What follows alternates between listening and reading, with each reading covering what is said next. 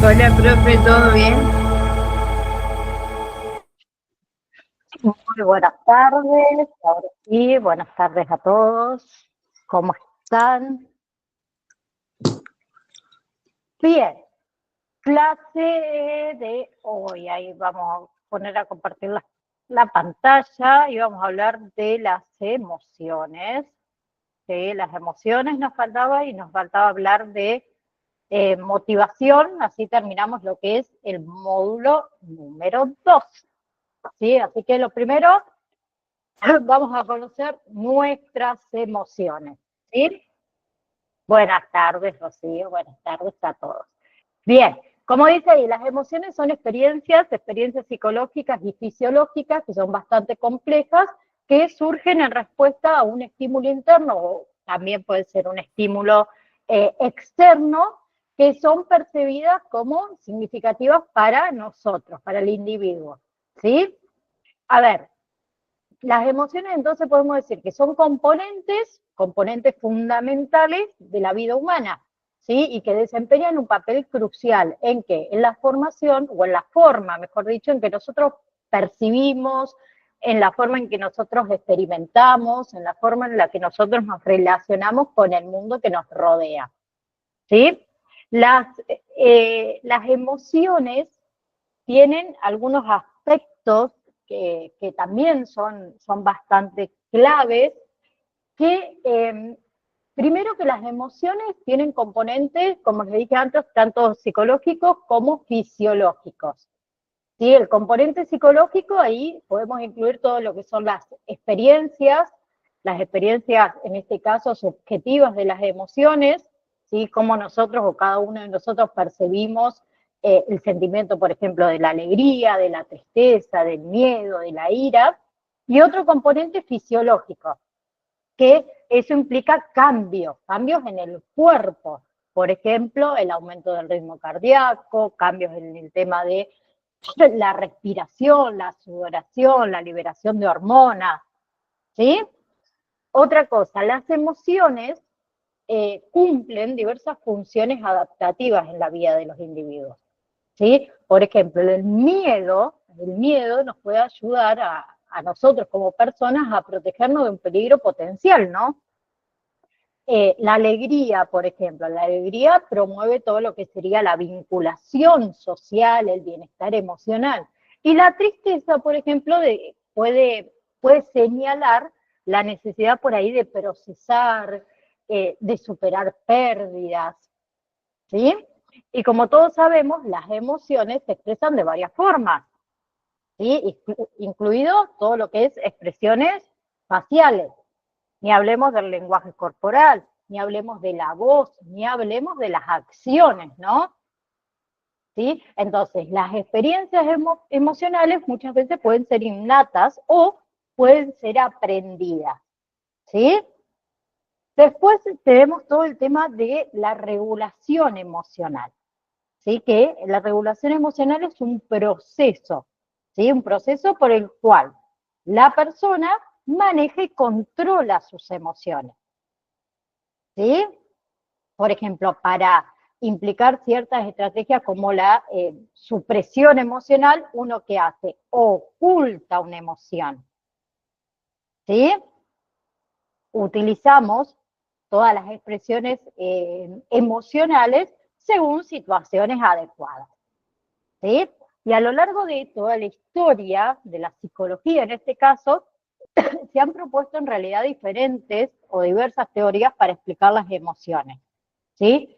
En esa incluimos todo lo que serían las teorías biológicas, ¿sí? Que destacan toda la base fisiológica, en este caso de las emociones. También tenemos las teorías cognitivas, que son las que enfatizan mucho en el papel de todo lo que sería el procesamiento cognitivo en la experiencia emocional.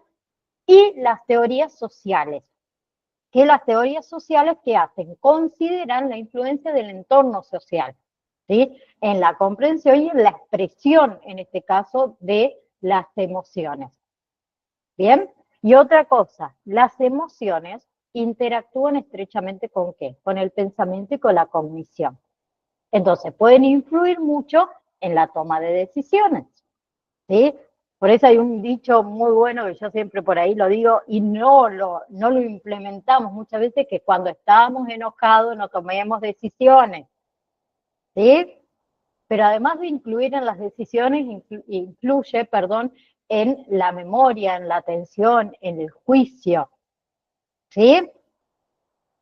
Bien, entonces, a ver, un estado emocional, por ejemplo, de una persona puede afectar la capacidad por ahí para recordar eventos específicos, para evaluar situaciones de una manera objetiva, como lo que yo le dije antes, cuando estábamos enojados, por ahí no evaluamos la situación como corresponde y no tomamos decisiones objetivas.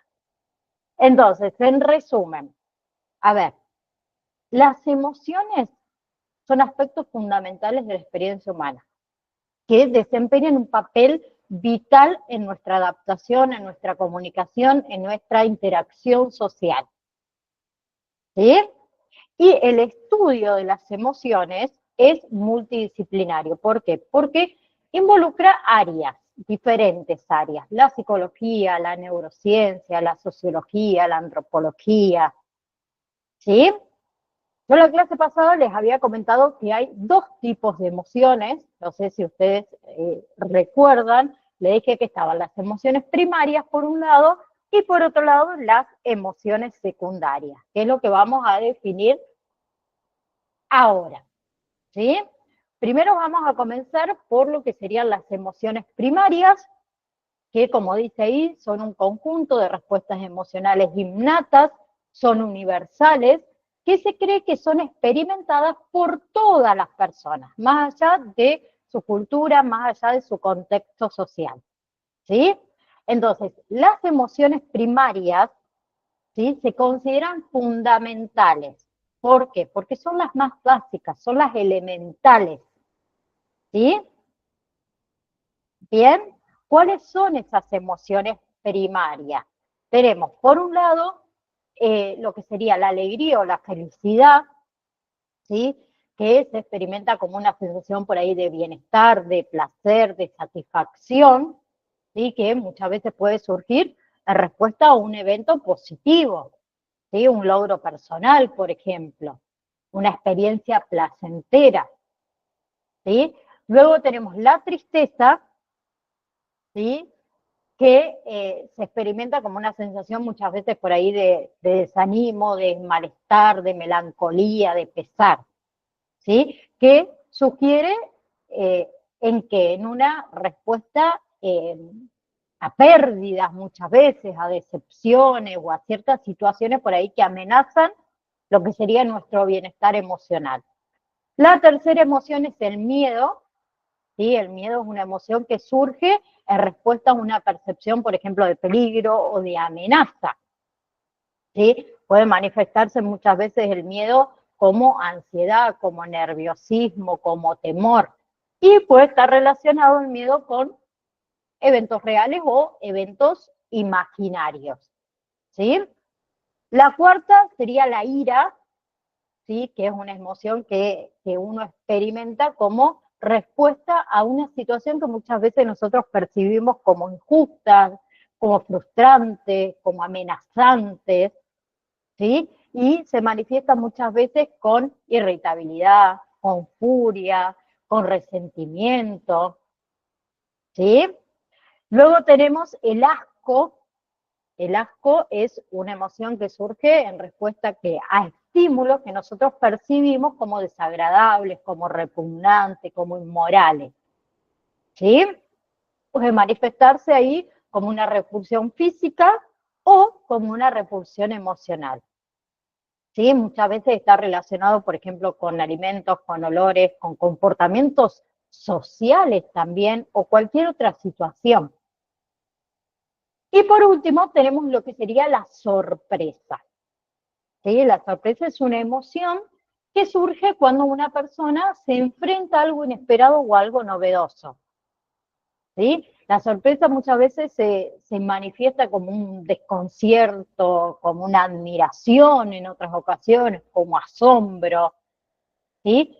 Y la sorpresa puede ser respuesta a eventos positivos o a eventos negativos, cuando no lo esperamos y Nos sorprende, wow. Bien, entonces, entre las emociones primarias, que son 6, acuérdense, tenemos la alegría o felicidad, tenemos la tristeza, el miedo, ira, asco y sorpresa. ¿Sí? Entonces, las emociones primarias suelen considerarse universales. ¿Por qué? Porque se cree que son compartidas por todas las personas, ¿sí? Más allá de su entorno entonces social o cultural. Sin embargo, la forma en la que se expresan esas emociones y se interpretan estas emociones puede variar, ¿sí? Entonces, las emociones primarias son importantes. ¿Para qué? Para la supervivencia, para el bienestar emocional, ¿sí? Proporciona todo lo que sería información valiosa sobre el entorno, ¿sí? Y guían también nuestro comportamiento adaptativo. ¿Bien? ¿Vamos hasta ahí?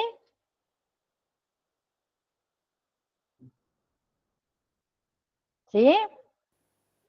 Sí, profe, sí. Bien, bien. Entonces, ahora vamos a hablar de las emociones secundarias. Sí, que las emociones secundarias surgen como resultado de la combinación, de la modulación o la interpretación de las emociones primarias. ¿Sí? Entonces, a diferencia de las emociones primarias, ¿sí? Que acuérdense que las emociones primarias eran consideradas más básicas, universales, las emociones secundarias son más complejas, ¿sí? Y están influenciadas por varios factores cognitivos, sociales, culturales, ¿sí? Entonces, toda esa combinación puede variar entre cada individuo, entre cada grupo social, debido a que a las diferencias en la percepción, en la interpretación, en la valoración de las situaciones emocionales de cada uno de nosotros, ¿sí? Algunas de las emociones acá secundarias, las más comunes, tenemos por ejemplo el orgullo. El orgullo surge como resultado de una evaluación positiva de uno mismo o de los logros personales, ¿sí? El orgullo puede estar asociado, por ejemplo, con la satisfacción, con el reconocimiento, con la autoestima, ¿sí? La vergüenza es otra emoción secundaria. Que la vergüenza se experimenta como una respuesta a la evaluación negativa de uno mismo, por parte muchas veces de los demás, o una violación, ¿sí? Una violación percibida de las normas sociales o personales. Bien, que muchas veces la vergüenza va acompañada de una sensación de incomodidad, de humillación, de arrepentimiento. Bien, otra emoción secundaria sería, por ejemplo, la culpa.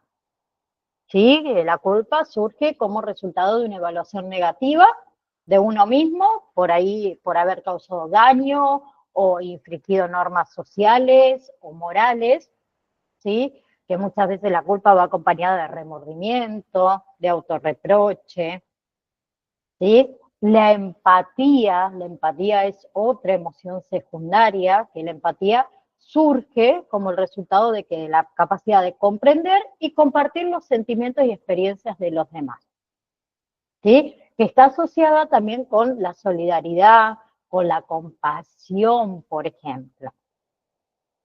La admiración es otra emoción secundaria, ¿sí? Que esa se experimenta como una respuesta positiva hacia los logros, a las habilidades, las cualidades por ahí admirables de los demás, ¿sí? Que muchas veces está relacionada con nuestra inspiración, con nuestro respeto, con nuestra aspiración, ¿sí? La envidia es otra emoción secundaria, ¿sí? Que se siente como un sentimiento de deseo o resentimiento, podemos decir, hacia los logros, las cualidades, las posesiones de los demás. ¿Sí? Y está relacionada muchas veces con insatisfacción por ahí, con uno mismo, la sensación esa de inferioridad, si nos comparamos, por ejemplo, con los demás. el egoísmo, ¿sí? El desprecio, el remordimiento. Bien, el amor también es otra emoción secundaria, ¿sí?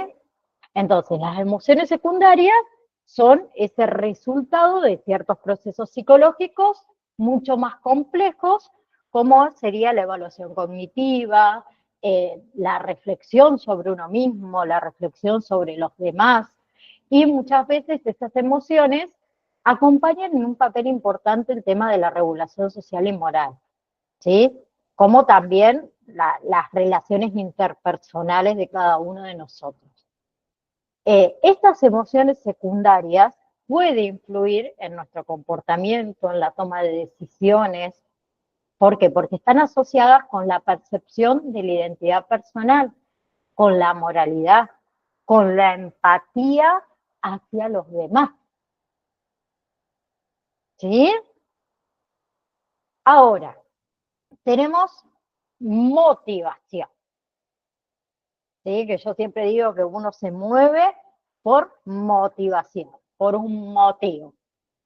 ¿Sí? La motivación también es un concepto fundamental en la psicología que se refiere a esto de impulsos o fuerzas que dirigen el comportamiento hacia el logro de metas, satisfacción de necesidades o cumplimientos de deseos. ¿Sí? La motivación, digamos, es lo que impulsa a una persona a actuar de cierta manera, ¿sí? Y a persistir, podemos decir, en sus esfuerzos para alcanzar un objetivo. ¿Sí? La motivación también está influenciada por factores internos y externos. ¿Sí? Entonces, existen diferentes teorías y diferentes enfoques para comprender un poquito la motivación humana. Los principales enfoques, tenemos por ejemplo lo que es la teoría de la jerarquía de necesidades de Maslow, que es una teoría que en realidad postula que las personas tienen una serie de necesidades que se organizan jerárquicamente en una pirámide, ¿sí? Desde las necesidades básicas, fisiológicas, necesidades de seguridad, hasta las más elevadas, autorrealización, ¿sí? Según esa teoría, las personas están motivadas para qué? Para satisfacer las necesidades en un nivel determinado, antes de poder pasar al siguiente nivel, ¿sí? Después está la teoría de la autodeterminación, que fue desarrollada por Désir y Ryan, que es una teoría que sugiere que las personas eh, tienen una tendencia innata hacia el crecimiento personal y la autorrealización. ¿Sí? Después hay otra teoría, que es la teoría de la expectativa-valor, que es una teoría que se basa en la idea de que la motivación depende de las expectativas del éxito, ¿sí? Y el valor, obviamente, que cada uno de nosotros le atribuyamos a esa meta que queremos cumplir. Entonces, según esa teoría, ¿qué pasa? Las personas están motivadas para seguir o perseguir, mejor dicho, objetivos, ¿sí? Que percibimos como alcanzables, como valiosos, ¿sí? Después está la teoría de la motivación de logros, que también es una teoría que sugiere en realidad que las personas son motivadas por el deseo de alcanzar el éxito y obviamente evitar el fracaso en ciertas situaciones de logros, ¿sí? Entonces, esa motivación de logros está relacionada con que con la necesidad de superar desafíos, con la necesidad de establecer metas ambiciosas, y ni hablemos de recibir retroalimentación sobre nuestro rendimiento. Bien, y después está la teoría de la motivación social y cognitiva, que fue propuesta o desarrollada por Bandura. ¿Se acuerdan de Albert Bandura? Ellos ya se los había nombrado, que es una teoría que se centra en la influencia de las creencias personales y con respecto a la motivación y al comportamiento. Según en realidad esa teoría, ¿qué pasa? Las personas están motivadas por imitar modelos de comportamiento que percibimos nosotros como eficaces, ¿sí? Y para perseguir esas metas que uno cree que puede alcanzar. ¿Bien? Esos son algunos ejemplos de todas las teorías que hay de la motivación, ¿sí? Que han sido obviamente propuestas por psicólogos y por investigadores, en realidad que comprende mejor los procesos motivacionales de los seres humanos. ¿Sí? Entonces la motivación también es un proceso, un fenómeno que es complejo, ¿sí? Que es multifacético, que obviamente puede variar entre individuos y puede variar en situaciones. ¿Sí? Y es un estudio que es fundamental para que nosotros podamos comprender el comportamiento humano, ¿sí? Promover el bienestar, el éxito en diversos contextos, ¿sí? Entonces, tenemos que la motivación o los motivos, ¿sí? Se pueden clasificar de diversas formas, ¿sí? Según diferentes, obviamente, qué criterios. Una de las clasificaciones más comunes es la distinción esta entre motivos primarios y motivos secundarios, ¿sí? Todo lo que serían motivos primarios, quiero ver si yo les había colocado o no. Ah, no, listo. Todo lo que tiene que ver con motivos primarios, ¿sí? Que también se conocen como necesidades básicas o necesidades biológicas, son aquellas que están relacionadas con la supervivencia, con el bienestar físico y también con el bienestar emocional de los individuos. ¿Sí? Ejemplos de motivos primarios: la necesidad de alimentarnos, la necesidad de hidratarnos, la necesidad de descansar, la necesidad de reproducirse, de socializar, de protegernos del peligro. ¿Sí? Entonces, los motivos primarios suelen estar asociados con ¿qué? Con la satisfacción de necesidades fisiológicas y de seguridad. Los motivos secundarios son aquellos que están relacionados con las aspiraciones, con las metas, con los valores personales de cada uno, ¿sí? Que se va a ir desarrollando a lo largo de la vida, en función a nuestro aprendizaje, a nuestras experiencias, a nuestro contexto cultural, ¿sí? Entonces, a diferencia de los motivos primarios, en este caso los motivos secundarios, no están directamente relacionados con la supervivencia física, ¿sí? Pero pueden influir en el bienestar psicológico y emocional. ¿Bien? Entonces, estos motivos pueden variar, como dije antes, entre individuos, entre culturas, ¿sí? Y se puede incluir ahí la búsqueda de logros personales, la realización profesional, por ejemplo, el reconocimiento social, el sentido de pertenencia, la autoestima, la autonomía, bueno, entre muchísimos otros, ¿sí? Entonces, acuérdense que los motivos secundarios están asociados con la satisfacción de necesidades de afiliación, de estima y de autorrealización, ¿sí? Y los motivos primarios están relacionados con las necesidades básicas de supervivencia y bienestar físico. Bien, ambos tipos de motivos, tanto los primarios como los secundarios, pueden influir en nuestro comportamiento, sí. ¿Pueden influir en nuestra toma de decisiones? Sí. Bien. Bien, hasta ahí. Miren que con eso nosotros terminaríamos lo que sería el módulo número 2. Sí, profe, sí, está claro. ¿Hay alguna pregunta con respecto a el módulo número 2? ¿Alguna preguntita, algo que no quedó claro? ¿No? ¡Ay, qué lindo! Bueno, ahora se viene la parte más bella de toda la cursada. Profe, Hola, Ro, ¿cómo estás? Bien.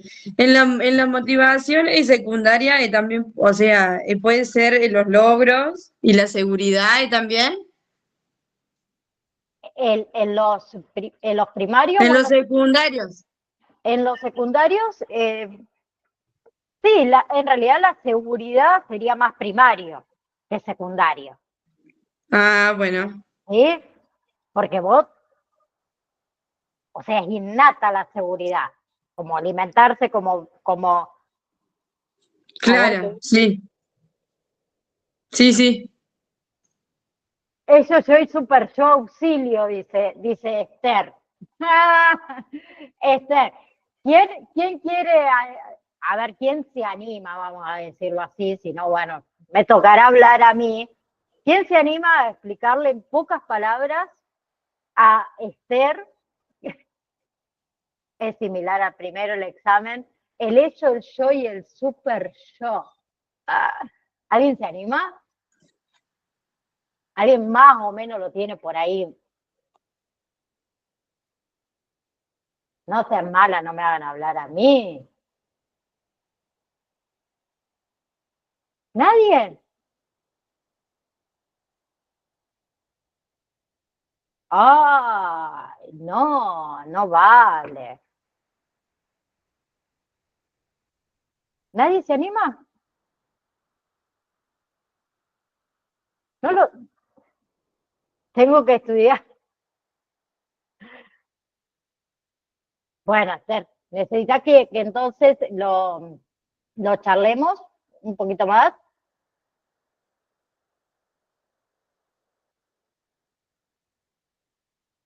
Se me fue Estela. ¿Dónde está Estela que no la veo ahora?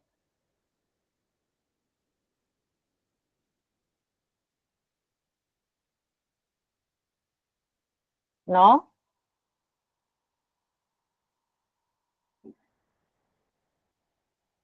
Bueno, vamos. ¿Se acuerdan del primer tópico? Primero que nada, vamos a arrancar por ahí. ¿Cuál era el primer tópico? La primera tópica de Freud.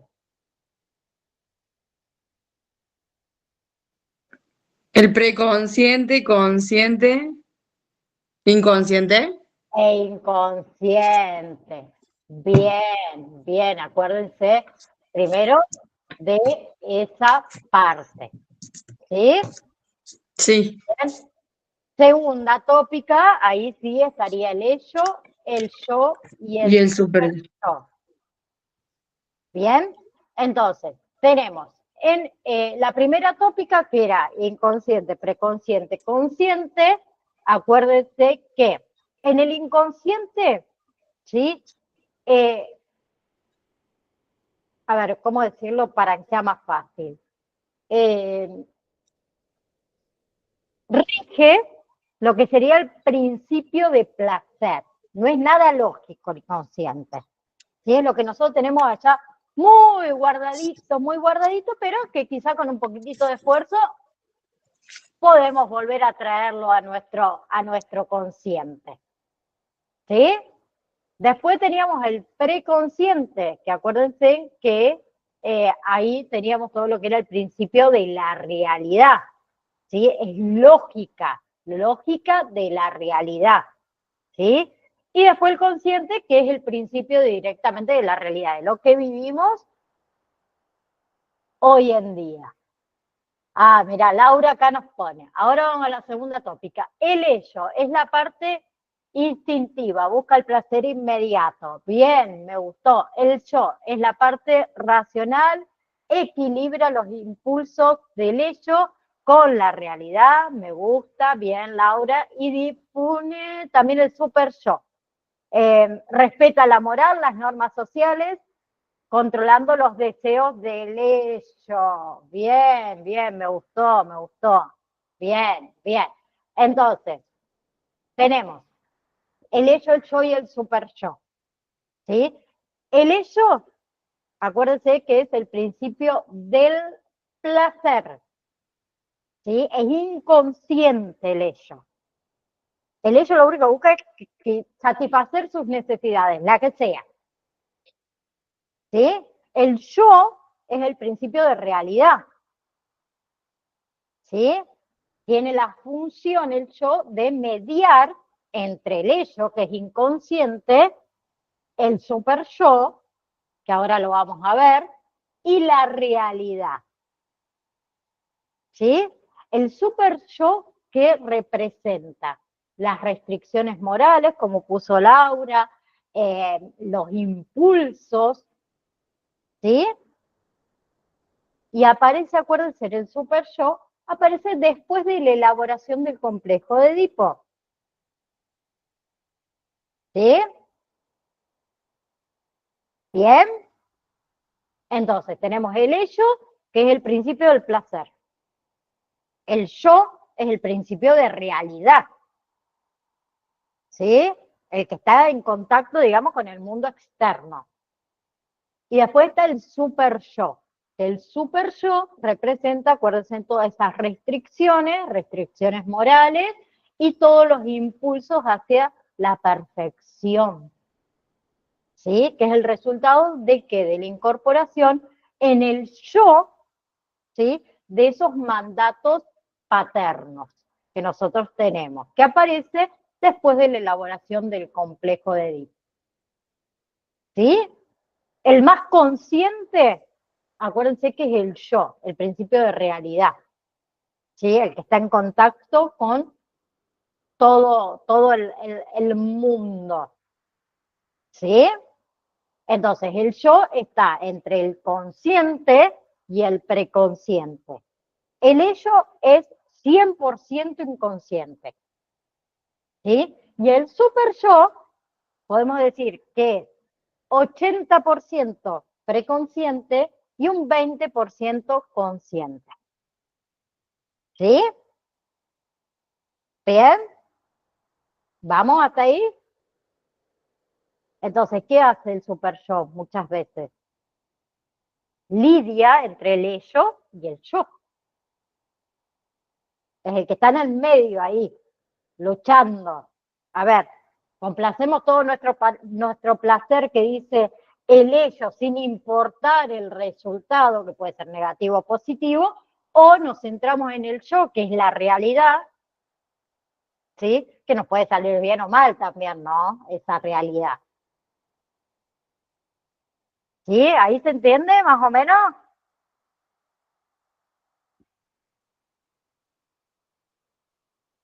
Sí, se entiende.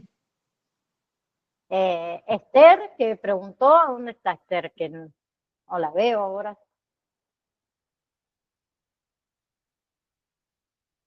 Esther, ¿está por ahí? ¿Se nos fue Esther? Profe, estoy acá, sí, tengo que leer nada más. Sí, es fácil. Sí, ya voy entendiendo. Había tomado unos apuntes, los había extraviado y acá los tengo, sí. Bien, bien, bien. Sí, profe, está bien, gracias. Bien, cualquier cosita, pregunten. ¿Sí? Sí, gracias. Bien, entonces ahora antes de comenzar con lo que sería el módulo número 3, voy a darles, para que ya la tengan, a la fecha del examen del módulo número 2. Acá vamos a agarrar el calendario, vamos a anotarlo primero.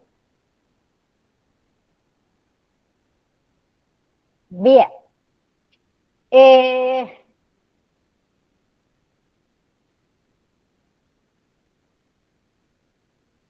Validación 2, entonces, va a estar habilitada 20, 21 y 22 de mayo. Y el recuperatorio 2 va a estar habilitado 27 y 28 de mayo. ¿Sí? Después se los voy a mandar de igual manera al grupo de WhatsApp. ¿Sí? En el módulo número 2, ustedes tienen un solo PDF, ¿sí? Que se llama nociones básicas de la psicología en general, y después tienen unos videitos como para complementar, pero es solo un PDF. ¿Sí? ¿De qué manera es el examen? De la misma manera que ustedes hicieron, digamos, el examen número 1. El examen número 2 tiene 15 preguntas, ¿sí? 15 preguntas, tienen 50 minutos como el anterior para realizarlo y tienen 2 intentos para probar con el 60% o más. ¿Ok? Ahora, nosotros vamos a comenzar el módulo número 3, que es un poquito más largo. Vamos a comenzar hablando de salud mental. Luego de salud mental hablamos de lo que es el código de la ética, ¿sí? Y lo que es la ley 26.657 de salud pública, ¿sí? Entonces, ahora, ¿alguien quería hacer una pregunta? Sí, profe, ¿Sí? una pregunta. El tema de, ¿usted nos va a poner los temas o es solo todo lo del módulo 2 que usted nos está dando? Como en el primer módulo nos puso los temas. Sí, se los coloco, pero se los digo nomás que es un solo PDF que es el que dice nociones básicas de la psicología en general, pero sí, se los coloco a los temas. ¿Sí? Ah, bien, Esté tranquila. bien, profe. Gracias. Bien, entonces, vamos a comenzar con lo que es el módulo, en este caso, número 3, ¿sí? Todo lo que sería salud mental, ¿sí? Entonces, según la Organización Mundial de la Salud, ¿sí? Vamos a definir lo que es la salud, como ellos definen a la salud, ¿sí? Para la Organización Mundial de la Salud, que creo que se los coloqué aquí, ¿sí? La salud es lo que es el estado completo de bienestar físico y social de una persona, no solamente la ausencia de una enfermedad, ¿sí? Es una definición que toma cuerpo a partir de los años 50, ¿sí? Cuando se constató en realidad que el bienestar humano trasciende a lo puramente físico, ¿sí? Entonces, el concepto de salud general en realidad se comprende, o se compone, mejor dicho, del estado de adaptación al medio biológico y sociocultural, también al estado fisiológico de equilibrio, o sea, la alimentación, y lo que sería la perspectiva biológica y social, ¿sí? Quiere decir todo lo que sería relaciones familiares y hábitos, ¿sí? ¿Y qué dice la Organización Mundial de la Salud? Que el incumplimiento de alguno de esos componentes, la adaptación al medio, el estado fisiológico o las perspectivas biológicas y sociales, si hay algún componente o algún desequilibrio entre alguno de ellos, a nosotros nos llevaría a una enfermedad, ¿sí? Entonces, a ver,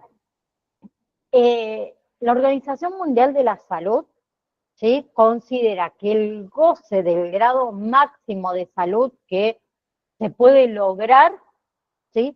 Es uno de los derechos fundamentales de los seres humanos, ¿sí? Eso incluye el acceso, en este caso, al servicio de salud de calidad. Por eso nosotros debemos promover una cobertura sanitaria universal, ¿sí? Hoy en día, sin embargo, más allá de eso, sabemos que hay zonas más desfavorecidas en todo el mundo que no cuentan con los servicios mínimos de atención sanitaria, ¿sí? Y ni hablemos de que hay millones de personas que viven bajo el umbral de la pobreza y con un riesgo muy grave de sufrir cualquier tipo de enfermedad, ¿sí? Pero el derecho a la salud conlleva tanto libertades como derechos, ¿sí? Libertad que cada persona pueda controlar su salud y su cuerpo sin ningún tipo de injerencia. Y el derecho a que todas las personas tengan la misma oportunidad de poder alcanzar el grado máximo de salud, ¿sí? Entonces, ¿qué es la salud? La salud, según la Organización Mundial de la Salud, es un estado de completo bienestar físico, mental y social, y no solamente la ausencia de una enfermedad o de una afección, ¿sí? Esa definición que yo les estoy dando, según la OMS, ¿sí? es el resultado de una evolución.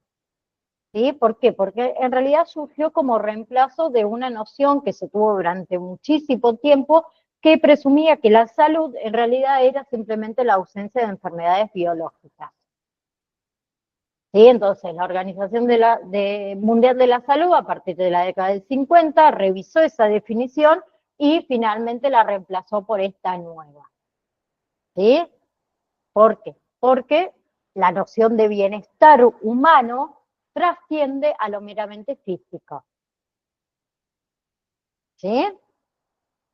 Entonces, aportó la Organización Panamericana de la Salud, aportó luego otro dato que dice que la salud también tiene que ver con el medio ambiente que rodea a esta persona. ¿Sí? Después tenemos a un doctor, que es el doctor Ferrara, que él tomó esa definición de la OMS y lo que hizo fue que intentó complementarla. ¿Sí? ¿Y él qué hizo? Distinguió en realidad tres áreas distintas. Primero, la salud física, ¿sí? Que corresponde a la capacidad que tiene una persona de mantener ese intercambio y resolver la propuesta que se plantea, ¿sí? Después, la salud mental, ¿sí? Que es el rendimiento, digamos, óptimo dentro de las capacidades que posee, ¿sí? Relacionada con ese ámbito que lo rodea, y la salud social, ¿sí? Que presenta en realidad una combinación de la salud física y la salud mental, ¿sí? En la medida que el individuo pueda convivir en equilibrio. ¿Bien? Por otro lado, tenemos enfermedad. ¿Sí? ¿Qué es la enfermedad? ¿O a qué se denomina enfermedad? Al proceso y a la fase que atraviesan los seres vivos cuando padecen una afección que atenta contra su bienestar, ¿sí? Al modificar que su condición ontológica de salud. Es una situación que puede desencadenarse por múltiples razones, ¿sí? Ya sea de carácter, en este caso, intrínseco, o sea, que es propio, o de carácter extrínseco, que es adquirido, ¿sí? Que eso desencadena, o mejor dicho, esos desencadenantes, tanto propios como adquiridos, se conocen como noxa. ¿Sí? Bien, hasta ahí vamos. Entonces, la enfermedad es un proceso y es una fase que atravesamos los seres vivos cuando padecemos una afección que atenta contra nuestro bienestar. ¿Sí? El lenguaje cotidiano, vamos al lenguaje cotidiano. Podemos decir que la enfermedad, ¿sí? Se entiende como una idea opuesta al concepto de salud. ¿Sí? Entonces, aquello que origina una alteración o que rompe con la armonía de un individuo. ¿Sí? Esa armonía de ese individuo que se rompe puede ser a escala molecular, a escala corporal, a escala mental, emocional o espiritual. ¿Sí?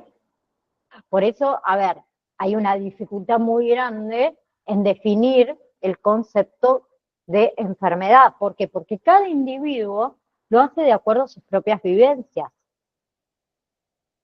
¿Sí? Entonces, existen varios conceptos que pueden ser utilizados, obviamente, de acuerdo al contexto como sinónimos de enfermedad. Por ejemplo, a ver, patología.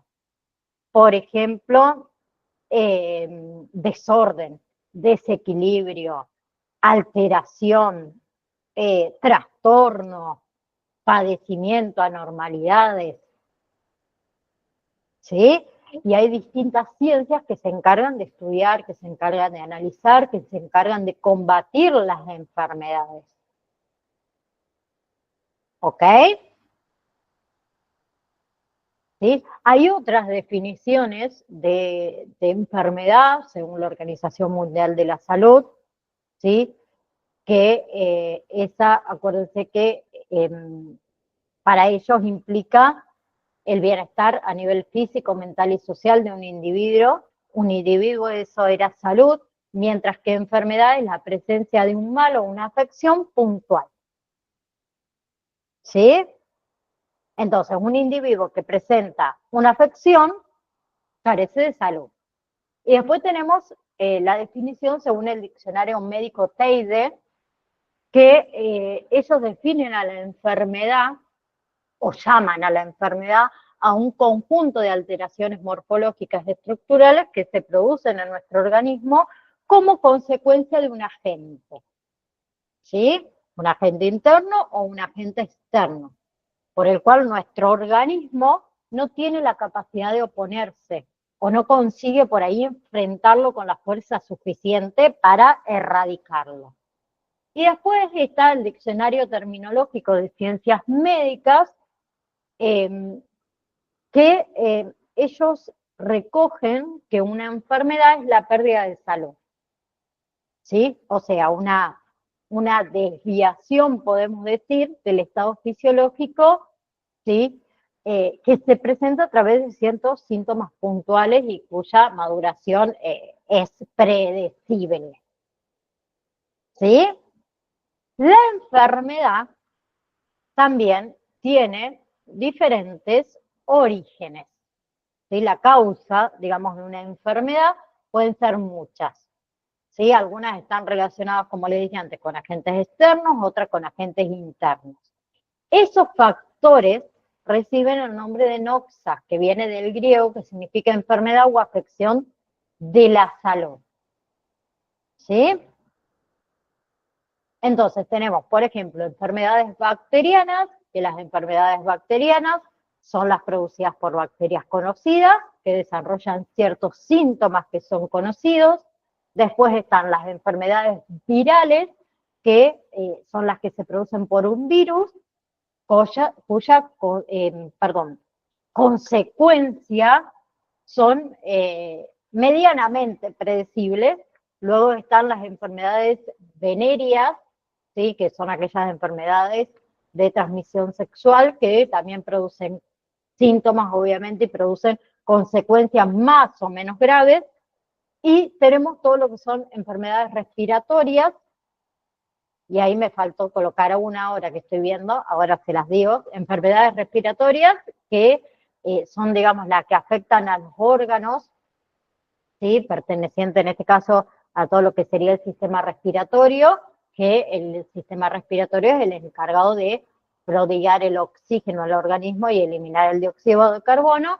Y me faltó colocar una que se me pasó, que sería enfermedades mentales o psicológicas, que es una de las más importantes, que se ve que no me di cuenta, ya lo voy a cambiar, que digamos son aquellas que afectan a la salud mental, ¿sí? Que impiden el normal funcionamiento de un individuo en todo su aspecto emocional, ¿sí? Bien, hasta ahí vamos. Bien, definición entonces de salud y de enfermedad. ¿Ok?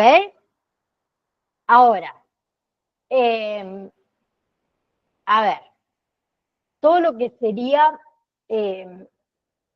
cuando nosotros queremos hablar de los grandes determinantes de la salud de los individuos y de las poblaciones, tenemos a alguien que es Lalonde, que es un abogado y político que se desempeñó en el cargo del Ministerio de Salud Pública de Canadá, y él se encargó de todo lo que sería el estudio de un grupo de epidemiólogos, ¿sí? Para estudiar las grandes causas de muerte y de enfermedad, en este caso, bueno, de los canadienses, y habló de los determinantes de la salud, ¿sí? ¿A qué se denomina en realidad determinantes de la salud? A un conjunto de factores, ¿sí? Factores tanto personales como sociales, como económicos y ambientales, que determinan el estado de salud de los individuos o de las poblaciones, ¿sí?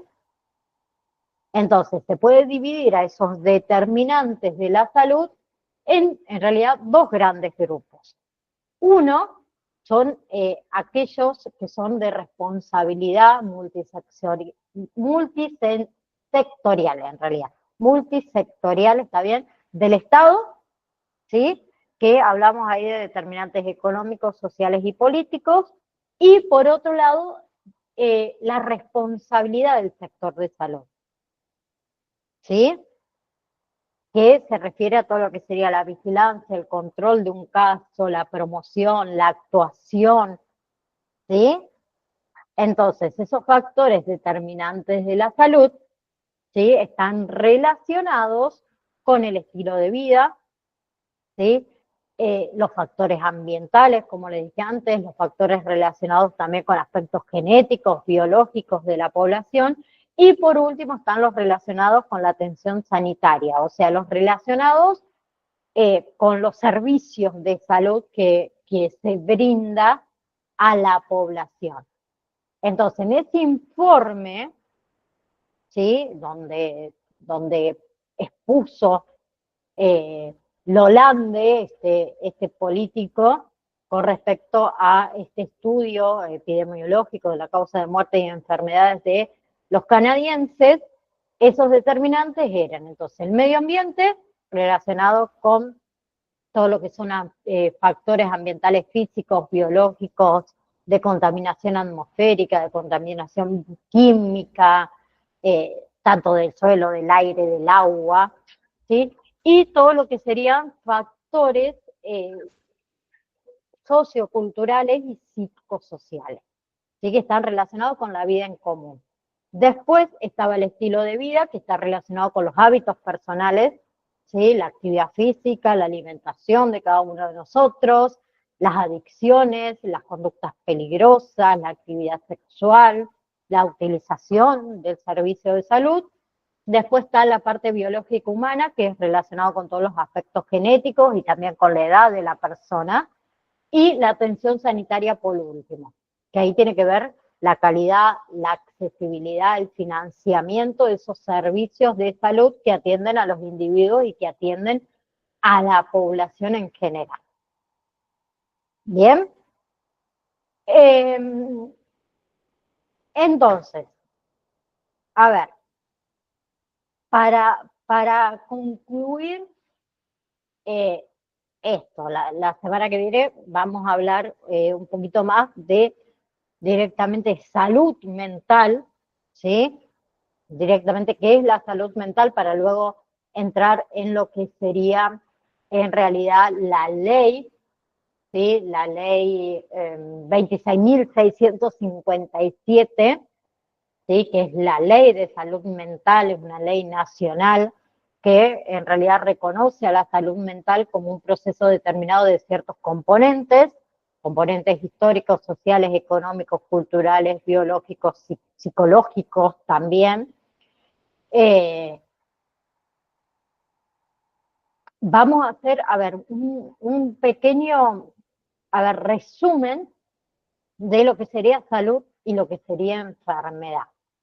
¿Sí? Acuérdense que la salud no es solamente la ausencia de la enfermedad, ¿sí? Es un bienestar completo. ¿Completo de qué? Tanto físico como social de cualquier persona, ¿sí? En cambio, la enfermedad es un proceso, ¿sí? Que atravesamos por ahí los seres vivos cuando padecemos de alguna afección, ¿sí?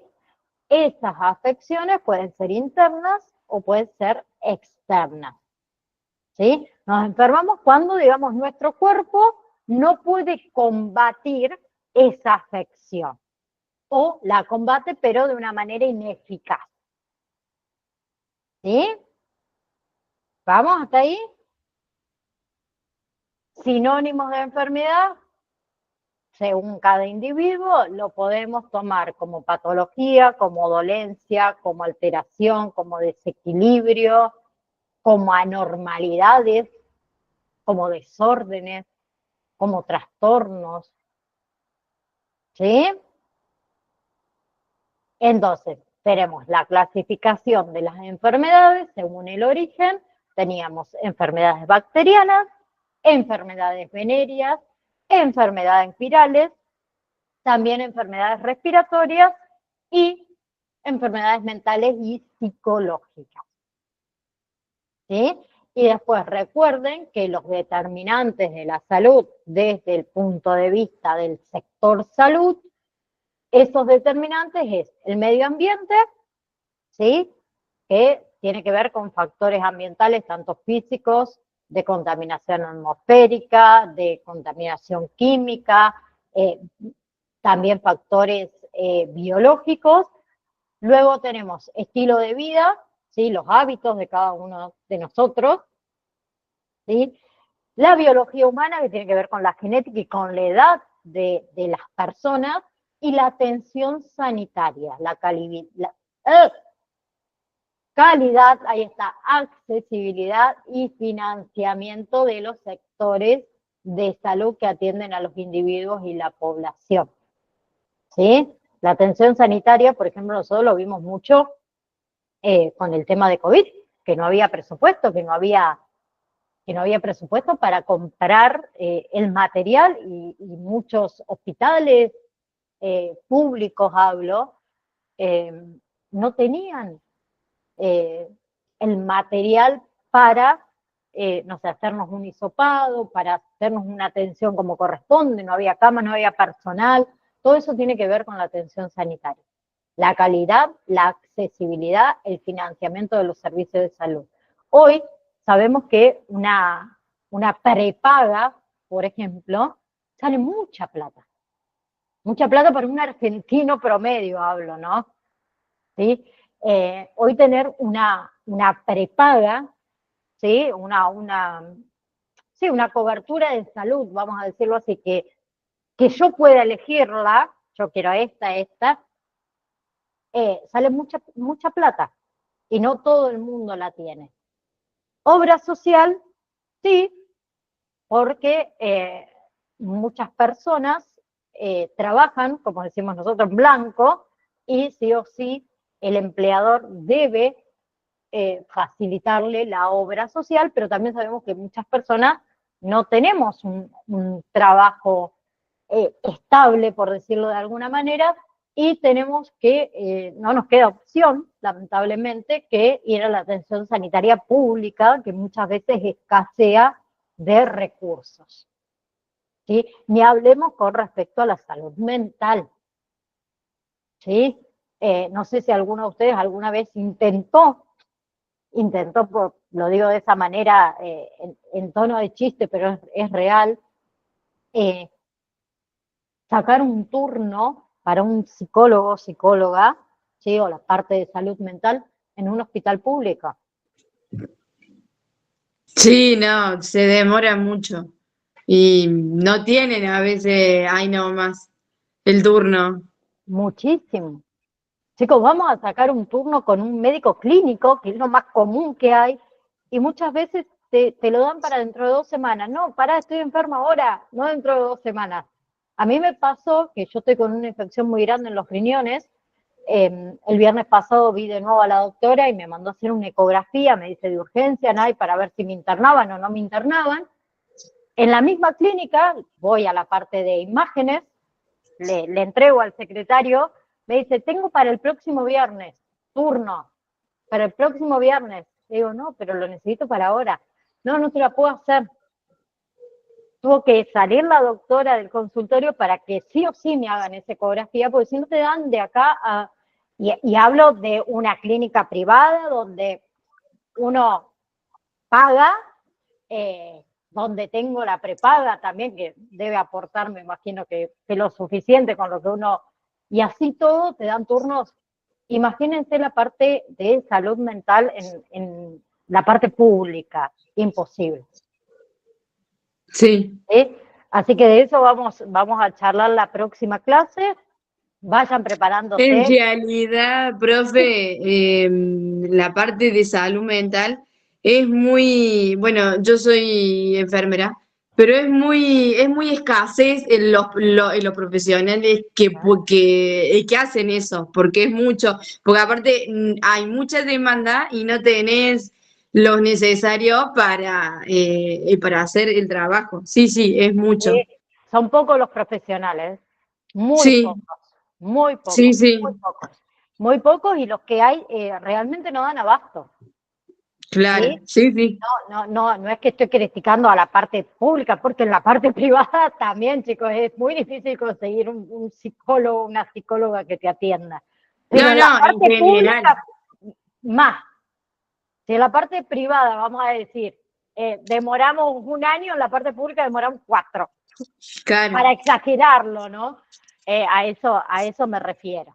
Pero sí, realmente nos hace falta, y mirá que hay mucha cantidad de personal médico en Argentina, pero todavía nos sigue haciendo falta mucha cantidad de personal que se capacite y más en el área de salud mental, que cada Sí, vez son menos los estudiantes del área de salud mental.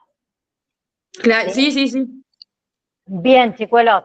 Nos vemos el próximo lunes, ¿sí? A las 3 en punto, 3:01, comenzamos.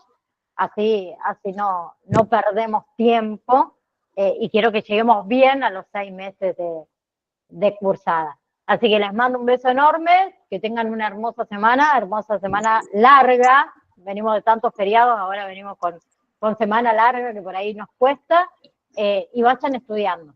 ¿Sí? Les mando un beso enorme a cada uno de ustedes. Nos Chao, vemos, chao. profe, chao, que anden bien. Chao, profe. Igualmente.